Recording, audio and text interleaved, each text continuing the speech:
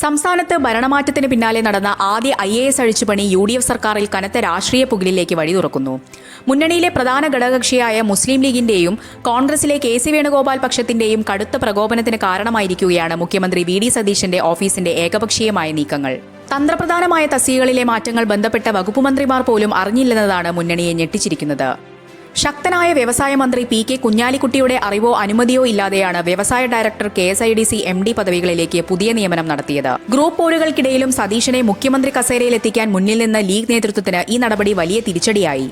അടുത്ത മന്ത്രിസഭാ യോഗത്തിൽ കുഞ്ഞാലിക്കുട്ടി നേരിട്ട് തന്റെ ശക്തമായ പ്രതിഷേധം അറിയിക്കുമെന്നാണ് വിവരം. മറുഭാഗത്ത് സ്വന്തം വകുപ്പിലെ കളക്ടർമാരുടെ കൂട്ടസ്ഥലമാറ്റം റവന്യൂ മന്ത്രി AP അനിൽകുമാർ മുൻകൂട്ടി അറിഞ്ഞില്ല. KC വേണുഗോപാൽ പക്ഷത്തിന്റെ പ്രമുഖ നേതാവായ അനിൽകുമാറിനെ വെട്ടി മുഖ്യമന്ത്രിയുടെ ഓഫീസ് നേരിട്ട് ഫയൽ നീക്കിയതിൽ ഗ്രൂപ്പ് തലത്തിലും പ്രതിഷേധം പുകയുകയാണ്.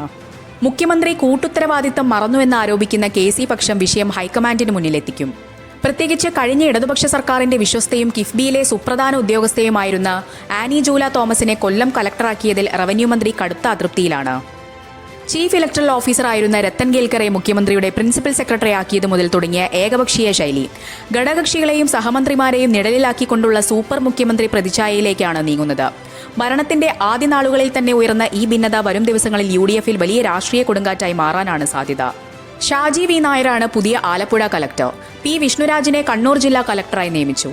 MS മാധവിക്കുട്ടിയായിരിക്കും പുതിയ കോഴിക്കോട് ജില്ലാ കളക്ടർ.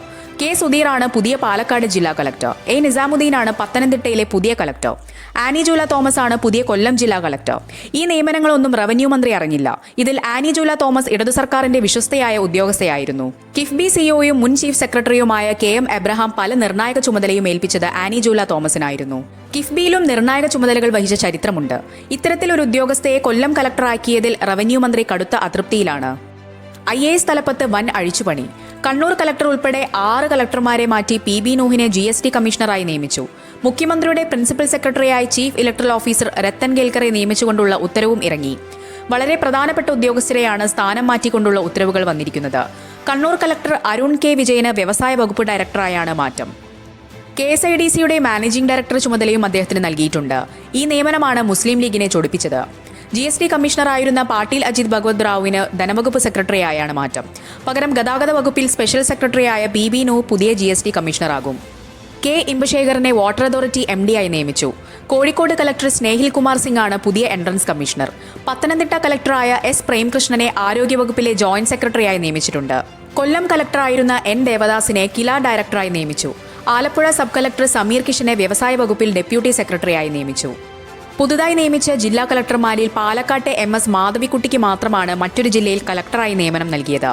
ബാക്കി 5 പേർക്കും വിവിധ വകുപ്പുകളിലേക്കാണ് മാറ്റം. ആകെ 14 സിവിൽ സർവീസ് ഉദ്യോഗസ്ഥരെയാണ് ഒറ്റയടിക്ക് മാറ്റിയത്. ഇവരെല്ലാം തിങ്കളാഴ്ച ചാർജ് എടുക്കണമെന്നും ഉത്തരവിൽ പറയുന്നു.